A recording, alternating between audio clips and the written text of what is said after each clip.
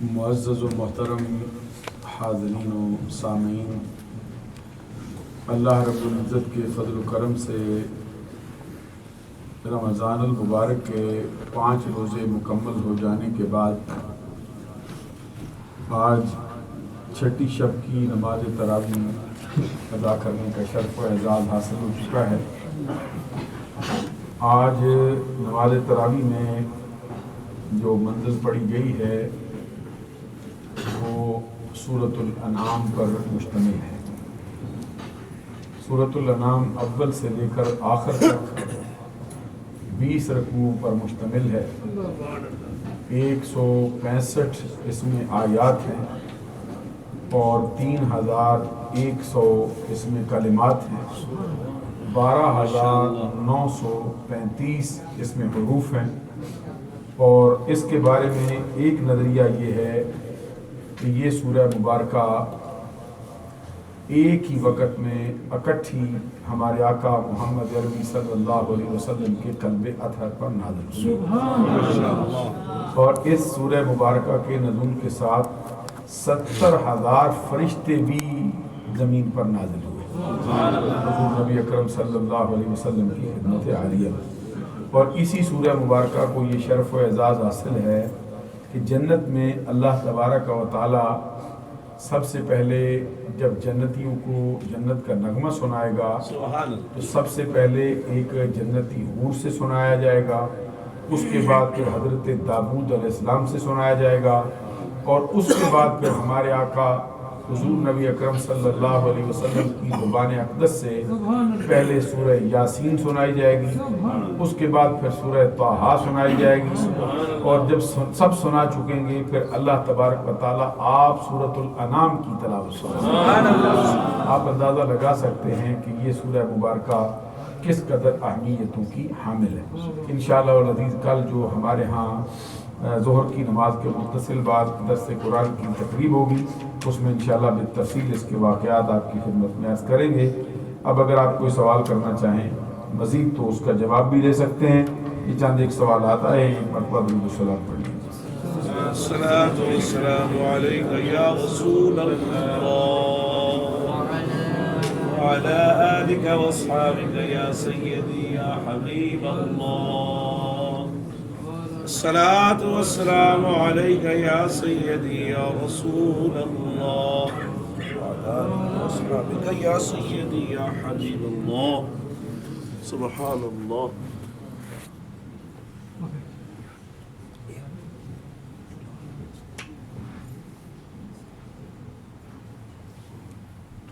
ماشاءاللہ۔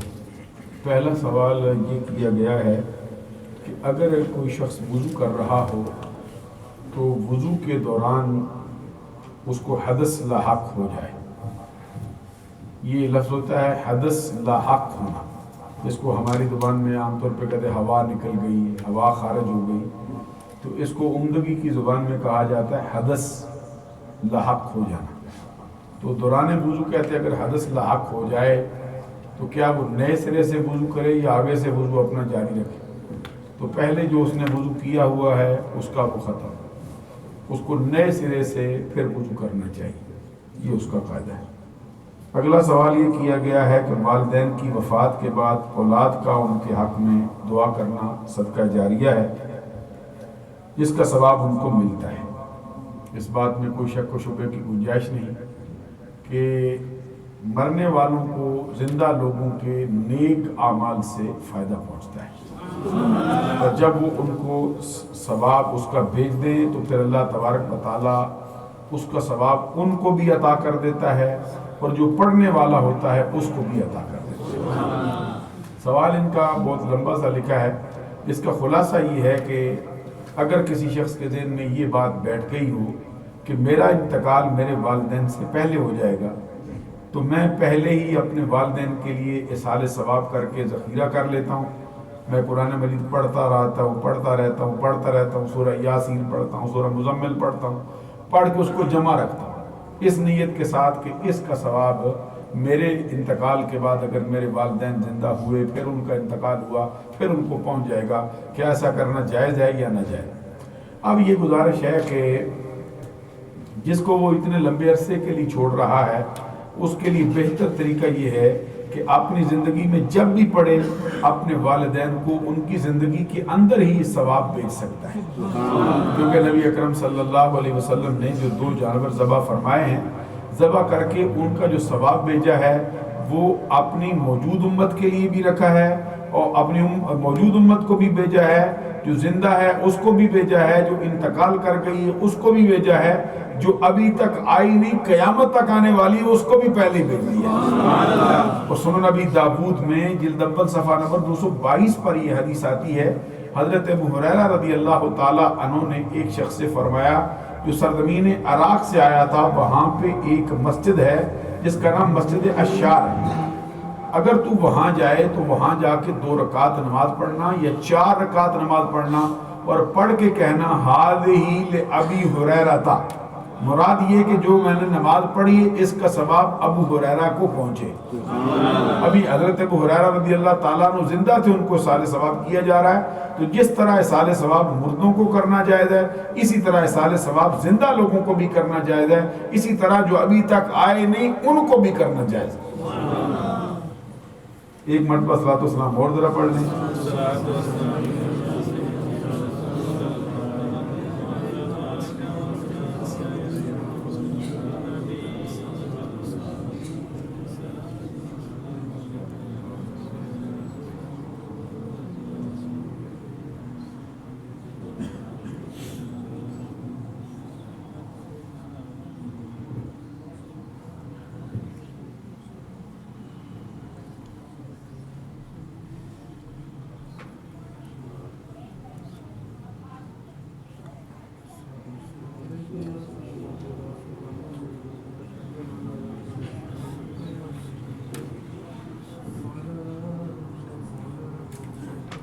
ماشاءاللہ بڑے اچھے سوالات فرمائے ہیں۔ 3 سوال ہیں ہمارے بھائی کے، کہتے ہیں میرا خیال یہ تھا کہ جو دعا مانگتے ہیں روزے کی افطاری کے وقت، اس کو روزہ افطار کرنے سے پہلے مانگا جاتا ہے، تو ایک مفتی صاحب سے پوچھا تو انہوں نے فرمایا کہ یہ دعا روزہ افطار کرنے کے بعد مانگنی چاہیے۔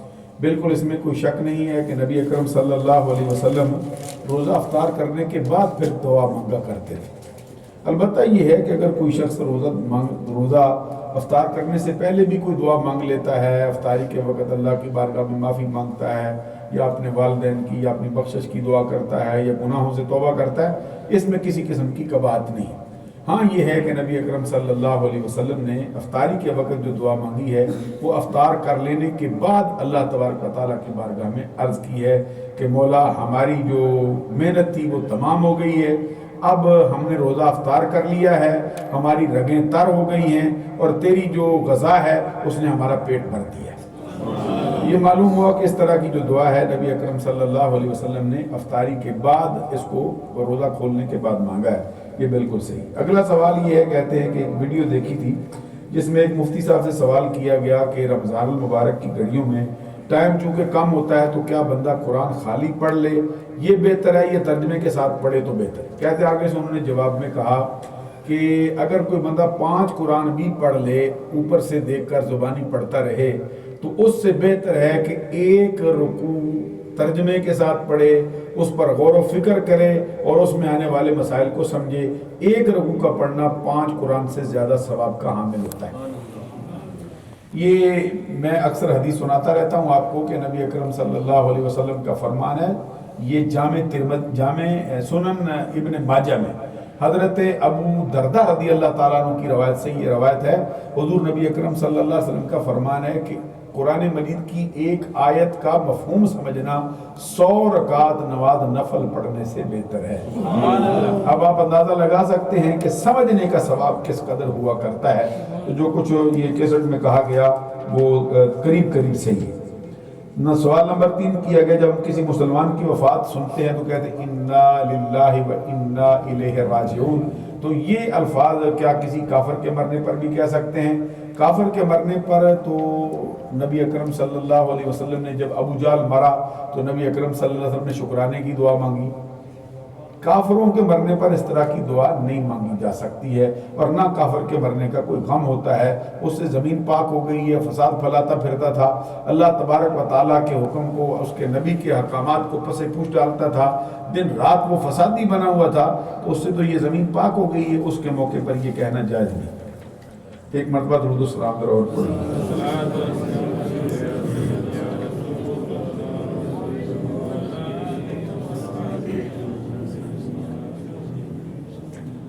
اچھا، یہ سوال کرتے ہیں کہ کیا جو سگریٹ پینا ہے یہ وضو کو توڑ دیتا ہے، یا اس کا پینا جو ہے وہ حرام ہے، یا اس کی کیا حیثیت؟ یاد رکھنے والی بات یہ ہے کہ وضو دو چیزیں توڑتی ہیں۔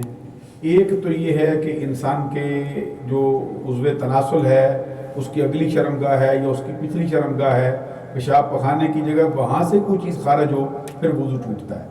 دوسری یہ وضو کے ٹوٹنے کی یہ وجہ ہے کہ انسان کے جسم سے خون بہتا ہے، اور بہہ کر وہ کسی ایسی جگہ پر پہنچ جاتا ہے جس کو وضو اور غسل کے اندر انسان کا دھونا جو ہے وہ فرض ہوتا ہے۔ تو ایسی شکل کے اندر یہ نہیں انسان کے جسم سے خون نکلا، بہہ کر ایسی جگہ پہ آ گیا کہ جہاں سے اس نے غسل کرنا تھا، پانی لگنے کی ضرورت تھی، تو پھر اس پر جو ہے وہ وضو اس کا ٹوٹ جائے گا۔ اس کے علاوہ یہ سگریٹ وغیرہ، حقہ، بیڑی وغیرہ پینے سے جو بندے کا وضو ہے وہ نہیں ٹوٹتا، بلکہ اس کو صرف یہ کہا گیا ہے کہ یہ ناپسندیدہ فعل ہے، اس کے منہ سے جو ہے وہ ایک ناگوار سی بو آنے لگتی ہے، اس لیے اس سے پرہیز کرنا چاہیے۔ اگر کسی بندہ وضو کی حالت کے بعد سگریٹ پیتا ہے یا حقہ کا کش لگا لیتا ہے یا وہ بیڑی کا کش لگاتا ہے، تو پھر ایسی حالت کے اندر اس کو نیا وضو کرنے کی اصلاً کوئی ضرورت نہیں، وہ کلی اچھی طرح کر لے تاکہ اس کا منہ جو ہے وہ صاف ہو جائے۔ ایک مرتبہ پھر صلاۃ والسلام پڑھیے۔